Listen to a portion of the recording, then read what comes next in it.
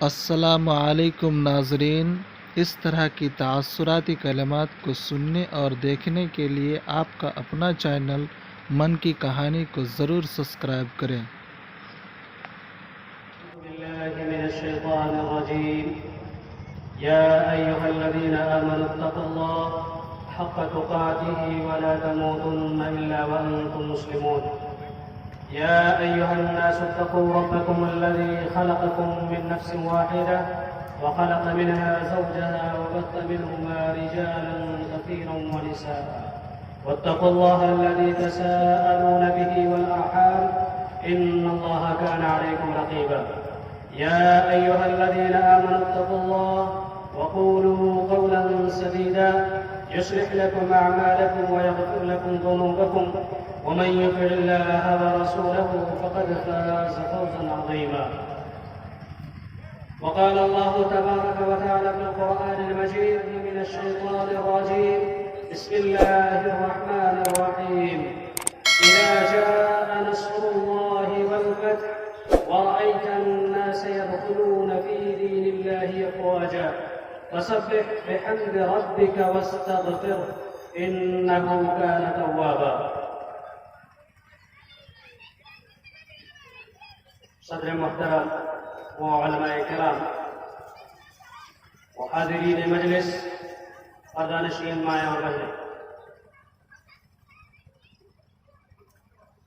خطبہ مسنونہ کے بعد میں نے قرآن کریم کی ایک چھوٹی سی سورت تلاوت کی ہے۔ اللہ تبارک و تعالیٰ سے دعا کرتا ہوں کہ اللہ تبارک و تعالیٰ ہمیں صحیح مطابق بولنے اور ہم تمام لوگوں کو سن کر اس پر صحیح طریقے سے عمل کرنے کی توفیق عطا فرمائے۔ انسان جو اس دھرتی میں اس جہان میں آیا، اللہ تبارک و تعالیٰ نے اس بنی انسان کو کیوں بھیجا؟ اللہ تبارک و تعالیٰ نے اس دنیا میں انسانوں کو اور جناتوں کو کیوں بھیجا؟ ہے کسی کے پاس جواب؟ اللہ تبارک و تعالیٰ جواب دیتا ہے، وَمَا خَلَقْتُ الْجِنَّ وَالْإِنسَ إِلَّا لِيَعْبُدُونِ۔ ہم نے جن اور انسانوں کو محض اپنی عبادت کے لیے ہی پیدا کیا۔ ابھی ہمارے سامنے بڑے بڑے علماء کرام تشریف فرما تھے، تمام لوگوں کی تقاریر آپ نے سنی کہ عبادت کس انداز سے کرنی چاہیے، عبادت کب کرنی چاہیے، روزے کب رکھنے چاہیے اور قیام کب کرنے چاہیے، لیکن تمام چیزوں کے باوجود ضروری ہے کہ عبادت کو سمجھا جائے۔ عبادت جس کام سے اللہ تبارک و تعالیٰ خوش ہو جائے اور اللہ تبارک و تعالیٰ کو ناراض کرنے والے امور، جہنم میں لے جانے والے امور، اللہ تبارک و تعالیٰ نے محض اپنی ہی عبادت کے لیے پیدا فرمایا۔ اس کا مطلب یہ نہیں ہے کہ صرف آپ نماز ہی پڑھتے رہیے، صرف آپ روزے ہی رکھتے رہیے، صرف آپ عبادت ہی میں مشغول رہیے، ایسا نہیں ہے، بلکہ اللہ تبارک و تعالیٰ نے انسان کی ضروریات کے لیے بہت سارے کام متعین فرمائے ہیں۔ جیسے ایک باپ ہے تو اولاد کی تربیت کرنا یہ بھی ایک عبادت ہے، بچوں کو تعلیم دینا یہ بھی ایک عبادت ہے، اسی طرح کوئی قرآن پڑھ رہا ہے وہ بھی عبادت ہے، قرآن سکھا رہا ہے، کوئی تعلیم دے رہا ہے وہ بھی ایک عبادت ہے۔ اسی طریقے سے اگر کوئی انسان کما رہا ہے اس غرض سے کہ میں اپنے بیوی بچوں کو پالوں، اپنے گھر والوں کو پالوں اور اپنے گھر والوں کو پالنے کے لیے وہ تاکہ عبادت کرے، اس مقصد سے اگر کوئی کما رہا ہے وہ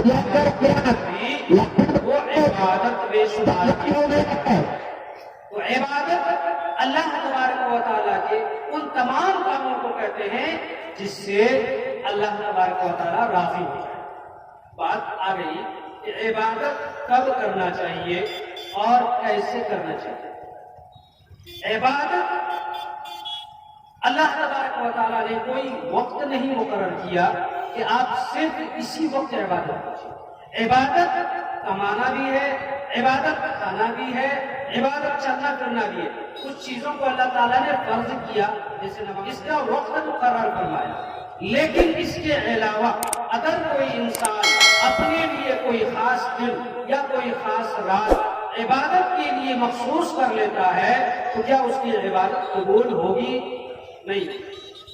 کیوں نہیں ہوگی؟ اللہ تبارک و تعالیٰ کے حساب سے اور اللہ کے رسول صلی اللہ علیہ وسلم کے حساب سے وہ عبادت نہیں ہے، بلکہ وہی بدعت ہے۔ عبادت کے لیے اللہ تبارک و تعالیٰ نے اپنے رسول سے کہا فَسَبِّحْ بِحَمْدِ رَبِّكَ وَكُن مِّنَ السَّاجِدِينَ وَاعْبُدْ رَبَّكَ حَتَّىٰ يَأْتِيَكَ الْيَقِينُ۔ اے نبی کریم صلی اللہ علیہ وسلم، آپ تسبیح بیان کیجئے، اللہ رب العالمین کی پاکی بیان کیجئے، اللہ رب العالمین کی بزرگی بیان کیجئے، کب تک؟ حتیٰ یأتیک الیقین، یہاں تک کہ آپ پر موت طاری ہو جائے۔ یعنی کوئی خاص دن نہیں فرمایا۔ اسی طرح اگر مثال کے طور پر ہم دیکھیں کہ رمضان المبارک میں جو ایک رات ایسی رات ہے جس کی فضیلت میں اللہ تبارک و تعالیٰ فرماتا ہے کہ ہزاروں مہینوں سے زیادہ فضل عبادت کے اعتبار سے ہے، تو وہ رات کب ہے؟ کسی روایت میں پورے رمضان بتایا گیا، کسی روایت میں آخری عشرہ بتایا گیا، کسی روایت میں آخری عشرے کے تاک 5 راتوں میں بتایا گیا، لیکن دن کوئی متعین نہیں کیا گیا، کوئی رات متعین نہیں کی گئی، کوئی بھی مہینہ پورا متعین نہیں کیا گیا کہ اسی مہینے میں پورا کے پورا ملے، نہیں، بلکہ اس میں بھی اللہ تبارک و تعالیٰ نے 5 راتوں میں سے ایک رات متعین کیا۔ اس میں بھی اللہ تبارک و تعالیٰ نے نہیں بتایا کہ آپ کو 21ویں کو جاگنا ہے یا 23ویں کو جاگنا ہے یا 25 کو جاگنا ہے یا 27 کو یا 29 کو۔ یہ خاص اللہ تبارک و تعالیٰ کر سکتا تھا، لیکن کیوں نہیں کیا؟ کہ انسان غافل ہو جائے گا، انسان غافل ہو جائے گا۔ رہی بات عبادت کی، تو عبادت انسان ہوش سنبھالنے سے لے کر مرتے دم تک کر سکتا ہے، عبادت کا کوئی وقت لمٹ نہیں ہے۔ کیوں؟ کہ اللہ تبارک و تعالیٰ نے عبادت کے لیے ان تمام اوقات کو خاص کر دیا۔ اگر کوئی انسان آؤٹ ٹائم پر ایسا نہیں ہے، اللہ تبارک و تعالیٰ نے دوسری جگہ فرمایا اذا جاء نصر اللہ والفتح ورأيت الناس يدخلون في دين الله افواجا، جب اللہ تبارک و تعالیٰ کی مدد آ گئی اور اللہ تبارک و تعالیٰ نے بہت سارے فتوحات مسلمانوں کے ہاتھ میں دے دیے، لوگ فوج در فوج اسلام میں داخل ہونے لگے۔ اب یہ بات آ گئی کہ اللہ کے رسول صلی اللہ علیہ وسلم کا آخری وقت آ گیا۔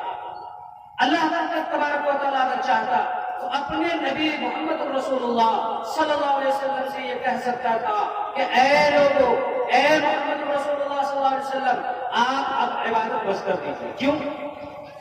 کہ اللہ کے رسول صلی اللہ علیہ وسلم کے اگلے پچھلے تمام گناہیں معاف تھی، معصومان الخطا تھے، لیکن اللہ تبارک و تعالیٰ کیا فرماتا ہے؟ وَرَأَيْتَ النَّاسَ يَدْخُلُونَ فِي دِينِ اللَّهِ أَفْوَاجًا، جب آپ دیکھ رہے ہیں کہ فوج در فوج مسلمان ہونے لگے، لوگ اسلام میں داخل ہونے لگے، اب آپ کا آخری وقت آنے والا ہے۔ اب آپ کیا کریں گے؟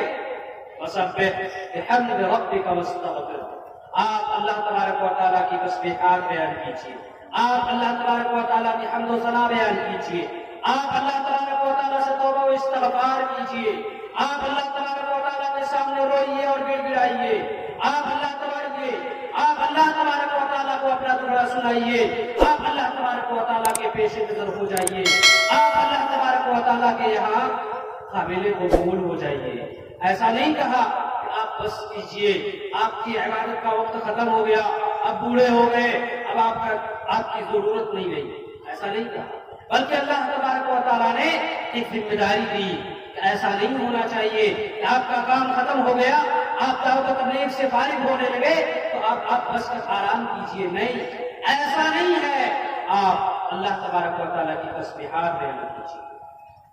یہ ذمہ داری ہے، انسانوں کو سوچنا چاہیے، ہم تمام مسلمانوں کو سوچنا چاہیے۔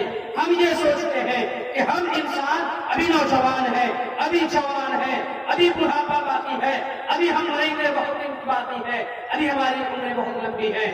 اس کے باوجود ہم یہ سوچتے ہیں کہ ہم ابھی عبادت کے لائق نہیں ہوئے۔ اللہ اکبر۔ اللہ تبارک و تعالیٰ کے یہاں کیا جواب دیجیے گا؟